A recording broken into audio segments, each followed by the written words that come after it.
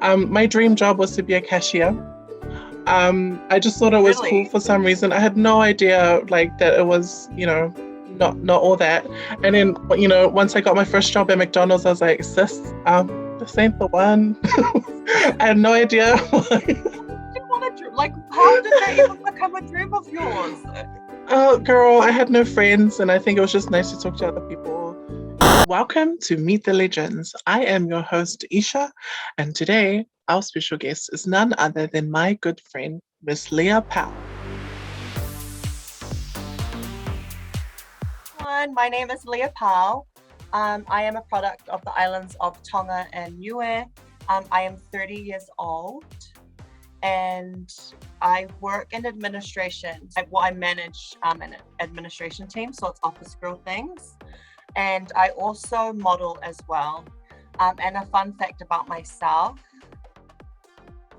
people probably don't know this besides the people I went to school with, but I got school ducks in my intermediate as well as third and fourth form.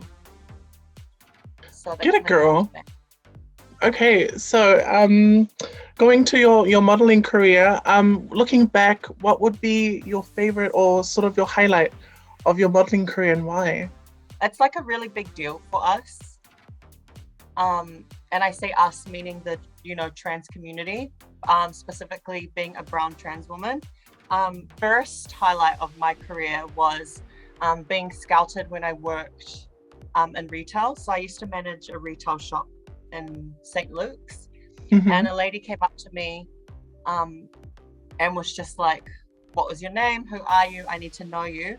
And so she booked me for my first modeling gig. I was 27 years old, which I just thought, I just never thought that would happen to me. I was, because I was quite older. So she booked me for my first modeling gig and I was in Remix magazine. So that was my first campaign. Period. 2017 as part of the workshop denim campaign. Being cast. So after that campaign, after my first modeling gig, I joined an agency. Awesome. So that's the agent. So that's an agency I'm with now in model management. We went to casting for New Zealand Fashion Week in 2018 and I booked New Zealand Fashion Week. So that was another big highlight because New Zealand Fashion Week in New Zealand is like where you want to be in regards to catwalk and runway.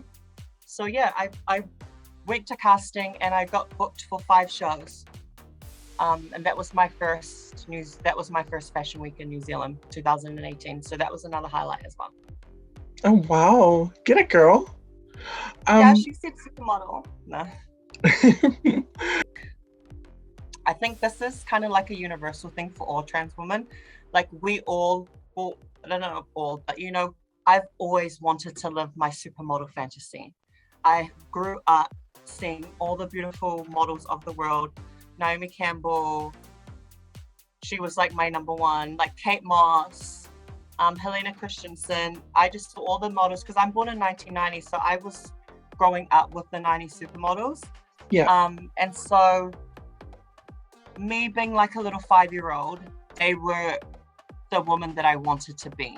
They just were the epitome of everything that I don't know. I never saw myself anywhere else but them.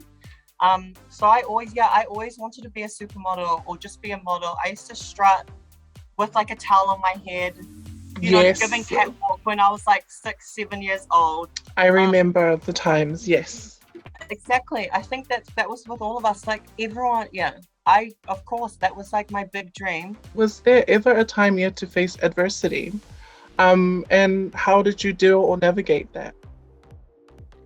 Okay, so this question, I honestly, the answer to this, I feel like trans women are facing adversity their whole damn lives. Like, I'm not going to sit here and tell you about all the bad things, all the messed up things that have happened to me, because I don't let that define me.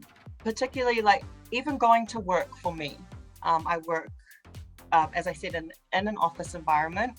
I'm not sure that people know that I'm trans because I live in a way where I'm just me, myself. I'm not out here introducing myself like, hey, I'm Leah Pao, I'm trans. So I think just navigating everyday life as a trans woman is facing adversity, like all the little obstacles and little things that we have to maneuver around and try to get through, which totally sucks. And I wish we were lived in a world where we didn't have to. How does it feel looking back at your journey, and what is something that you've learned and something that you're still learning? I am so proud of my journey. I am my biggest fan, and I think a lot of people that know me know that. So I'm really proud of myself. One thing I've learned is that people come and go, and I say that as in like people that you really really love and that you really really care for will be in your life for a long time, and then suddenly something happens and then they're not in your life. So and Yeah. that's actually quite hard to navigate around. So yeah, what I've learned is that people come and go. Your best friend now who you love might not be around forever. Yeah. And obviously you just got to have your own back and take care of yourself when those things happen. Yeah, absolutely. All right, so I actually have a question from a young person to ask you.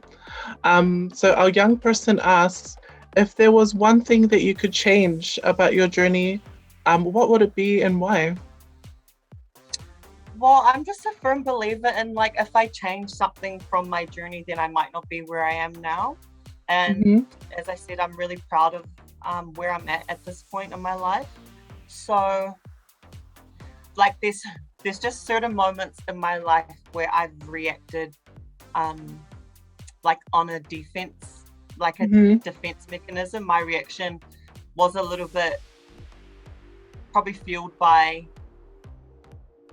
I just wish I reacted to some moments in my life differently. Yeah, absolutely. But I also recognize why I reacted like that. Like I'm always on the defense, and I think that that's Yeah, just something that I've learned by as being trans. You're always like absolutely. you got to be ready to like fight back because people are not nice. Yeah, but I was young. But that is the Yeah. thing that comes to my mind. I'm like, I wish I didn't do that. Yeah. All right, so we are in some dire times, my love. Do you have any, words of aloha for young people that might be struggling during lockdown or just in general? Oh my god, I'm struggling during lockdown. Like you guys are not alone. This is hard. Like I'm 30 years old and struggling. Like, oh my god, do you guys have advice for me? And me too, please. I can't be giving advice when I'm not feeling good. Yeah, just know that you're not alone. Mm-hmm. You're loved. If you ever, my one piece of advice that I wanted to say was,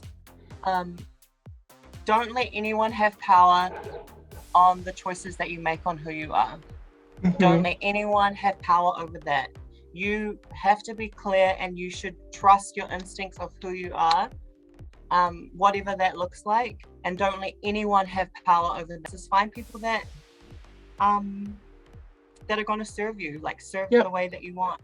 Mm-hmm. As well. Yeah, make good choices in the people that you surround yourself with. Yep, that's right. Anyway, that brings us to the end of our interview, Leah. I just want to say thank you for the amazing work that you do. I'm sure our young people are looking at you, and you encourage people to one day, work towards being them, their authentic self.